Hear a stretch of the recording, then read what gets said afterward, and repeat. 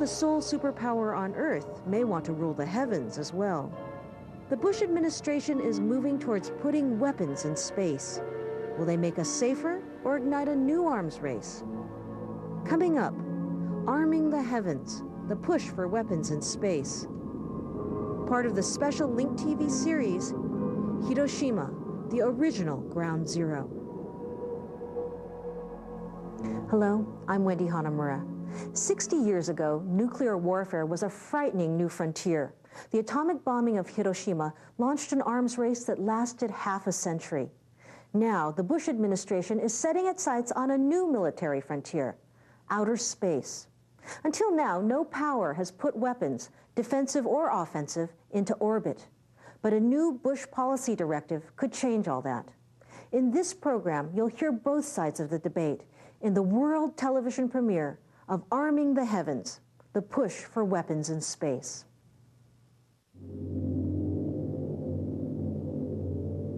One of the most important decisions of this young century looms before us. The decision to put weapons in space. Will the heavens become tomorrow's battlefield? Will the nation that fails to deploy space weapons be vulnerable to the ultimate high ground? With profound implications for our security and our pocketbooks, the time is now for the American public to take on this crucial debate.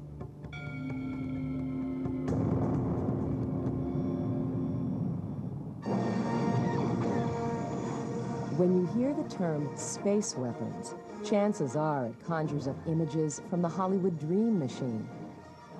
But in real life, the U.S. military speaks matter-of-factly about the need to dominate space, and plans are underway for anti-satellite weapons, orbiting weapons platforms, even the biblical-sounding rods from God.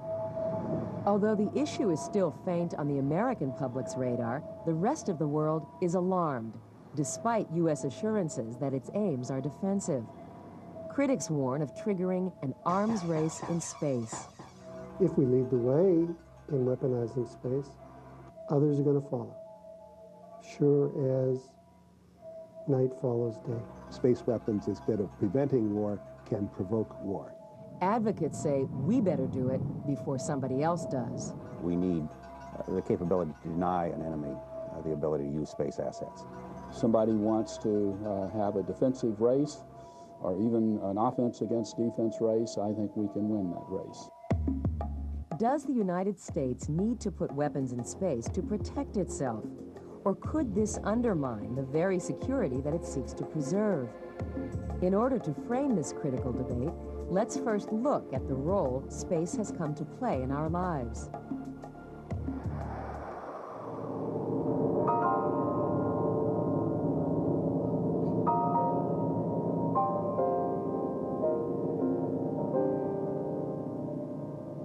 Space, as reflected in art and culture through the ages, has long served as a canvas on which to paint our hopes and dreams. Hardly a week goes by without an astounding discovery about the universe that enlarges our understanding of our place within it. The cosmos inspired One Giant Leap for Mankind and attracts a new breed of private adventurists today.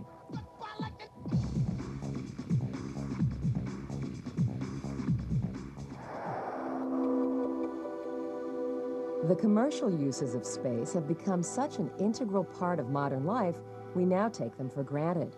Communications, navigation, banking, shopping, news. From space, we monitor life-threatening weather conditions and vital resources on the Earth below, spotting tornadoes in Oklahoma, measuring pest infestations in Napa Valley vineyards, tracking the migration patterns of endangered sea turtles. In all, there are nearly 900 operational satellites in orbit, 22,000 miles out, in fixed positions above the equator. More than 300 satellites in geostationary orbit provide communications and early warning of missile launches. Dozens of navigation satellites operate in medium Earth orbits, including the 24 of the U.S. military's global positioning system. In low Earth orbit, hundreds of satellites spy on and analyze the planet below.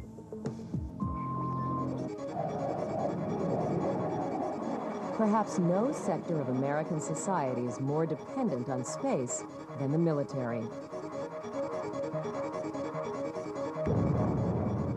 Everything we do in national security has got a space connection. General Pete Worden directs development and transformation for the Air Force Space Command. All of the critical things in any military operation depend on space. The military uses space to find targets, communicate among commanders and troops on land, sea, and in the air, and direct precision-guided munitions. Since the launch of the first Russian Sputnik satellite in 1957, space has been used for military purposes. And though both the U.S. and Russia tested anti-satellite systems during the Cold War, no space weapons are deployed in orbit today. Militarization, fact of life. Weaponization hasn't happened. Michael Crapon is founding president of the Stimson Center, a research group focusing on threat reduction, and the co-author of Space Assurance or Space Dominance. We are the primary beneficiaries of two revolutions that deal with space. A revolution in space-based commerce and a revolution of military affairs. We have benefited more from these two revolutions than anybody else on Earth. We can muck them up, both of them, by weaponizing space. Others see it in different terms. The reality is that we've had systems that could threaten space assets for 40, 50 years. This is not a new subject. Ambassador Hank Cooper was President Reagan's space arms negotiator with the Soviets. Today, he is chairman of High Frontier, a group that has been advocating space-based defenses for 20 years. The ballistic missile that we have and many other nations have now can reach into space, depending on the weapons on board, can destroy satellites. So the argument is really an empty one in my judgment. Everyone agrees that today the United States military enjoys a position of unrivaled power, and that much of that strength is due to its use of space. We are so dominant in space that I pity a country that would come up against us.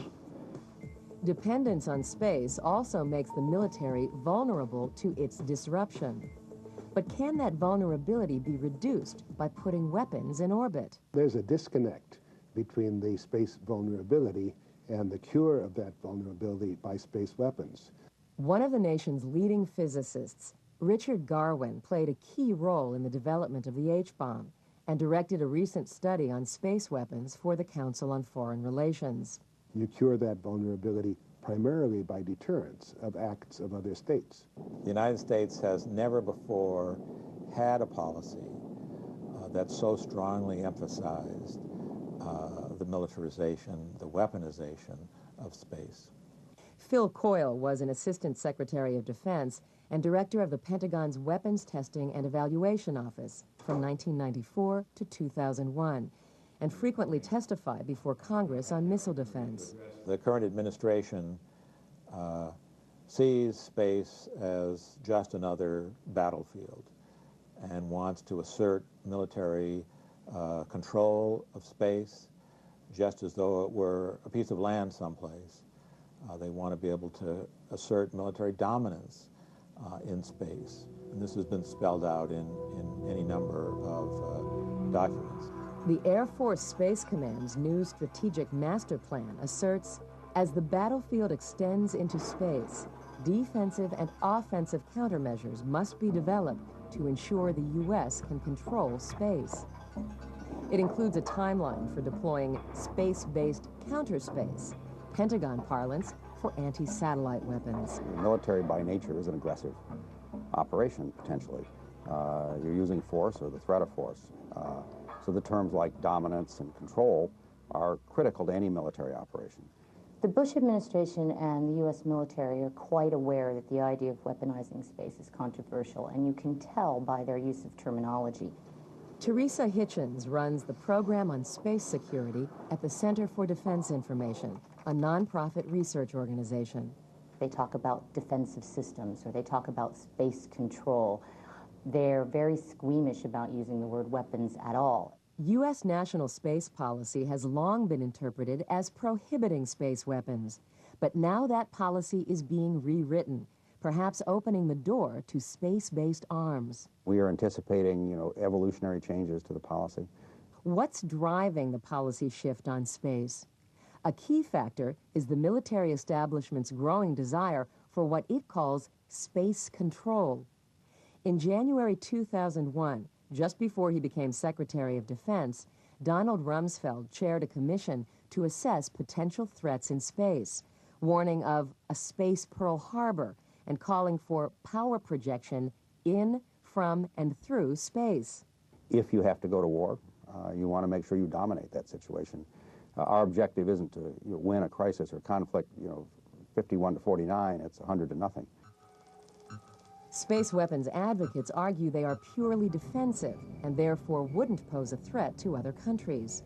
I think people have to understand that Americans are not threatening people. There's a big difference between a defensive system and an offensive system.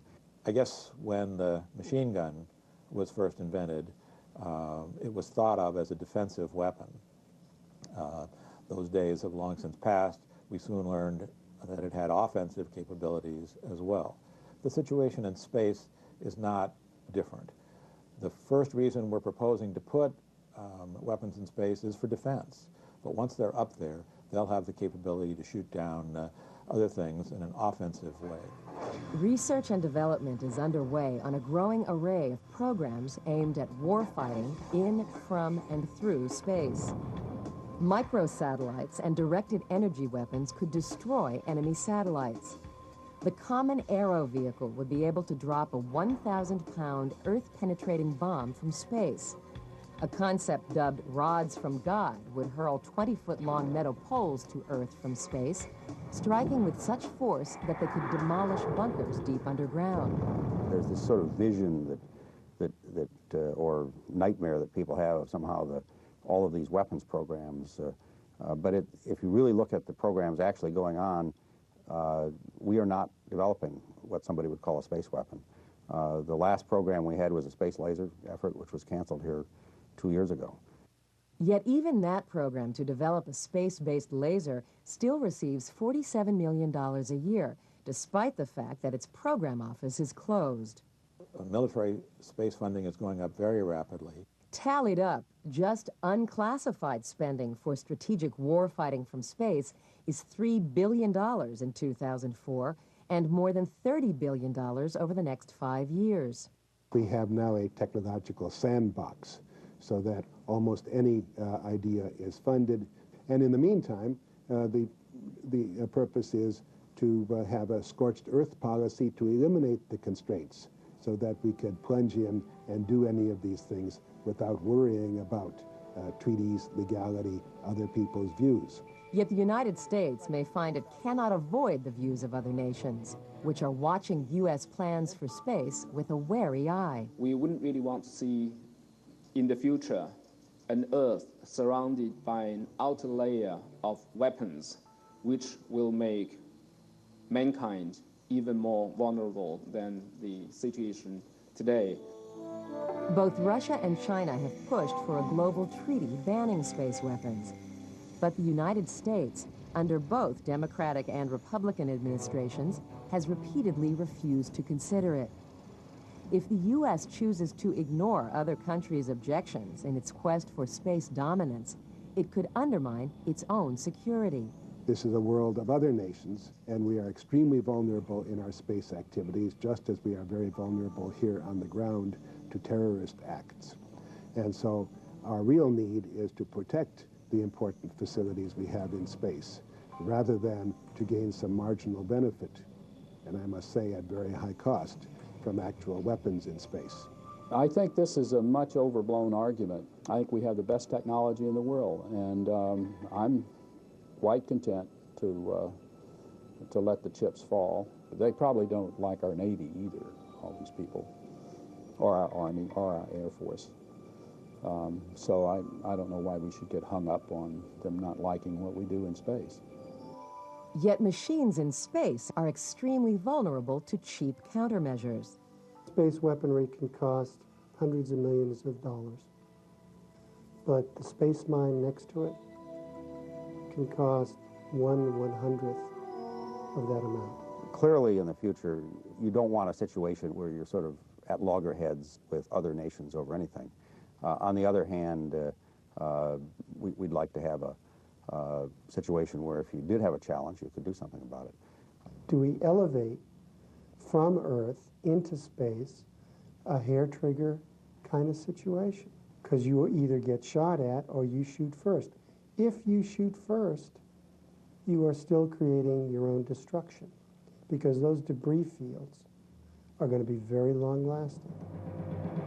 Debris is a serious concern that would be compounded by just testing space weapons. Today, we track over 10,000 objects in space that are, the size of a bread box. We know there's hundreds of thousands that could cause damage down to the size of a bolt.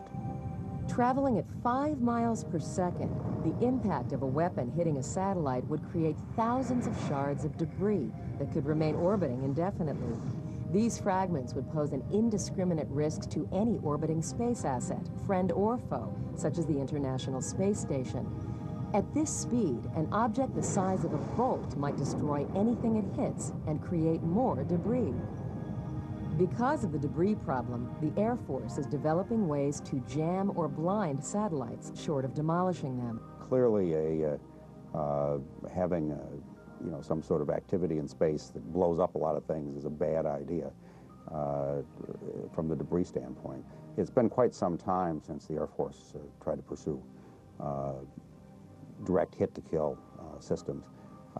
We, of course, continue to do technology in that area, but space control really involves much more subtle capabilities.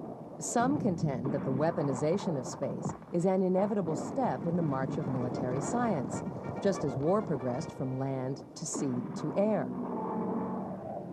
But not everyone sees it that way. By no means inevitable that things will be based in space.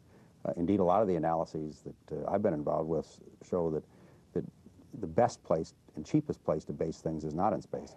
We ought to take advantage, as long as we can, of the fact that nobody else has weapons in space, that our military systems in space have lived a charmed life, and try to preserve that. Sure, our own individual deaths are inevitable. That doesn't mean that we should hurry to embrace them. And it's the same thing with space weapons. The debate often falls into an irreconcilable divide between space hawks and believers in space sanctuary. Yet pragmatic experts point to a third way, which would include developing a quick launch replacement capability and building systems redundancy. It would also include a hedging strategy that would permit research and development, but draw the line at deployment of space weapons. It's a cautionary note. Don't you start this competition, because we'll come in very quickly and very hard. Space assurance requires a lot of other things too. It requires strengthening norms against weaponizing space. It requires rules of the road among spacefaring nations, actions to be taken to assure each other of peaceful intent. 3, 2, 1. Engine start. After the U.S. military launched its global positioning system satellites, on which it critically depends, it took an unprecedented step. It shared them with the world. This model actually has a lot of application to the future of space, because space is globalized. And that means that sometimes sharing things is a better way of keeping your edge than hoarding things. With all countries increasingly enjoying the benefits of satellites, international cooperation could enhance everyone's security in space. Despite the smorgasbord of space weapons-related research and development, the U.S. has not yet committed to building orbiting shooters, nor has any other country. But critical decisions that will shape the future of space are being made today. Space is enormous leverage to any nation, and particularly to us and our ability to defend ourselves today. And we're absolutely foolish if we believe that we don't present attractive targets to others who wish us ill. Not since we first developed nuclear weapons has the United States had an equivalent opportunity to show leadership and restrain a new class of weapons in space.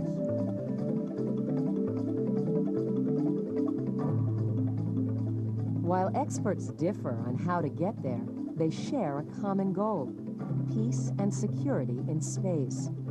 As the push for space weapons quietly builds momentum, the need for national debate grows more urgent. Because as goes the future of space, so goes the future of Earth.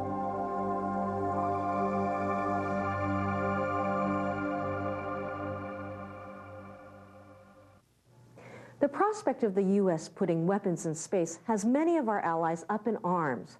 The international community, including Russia, China, Canada, and the European Union, supports creating a treaty to keep outer space weapon-free.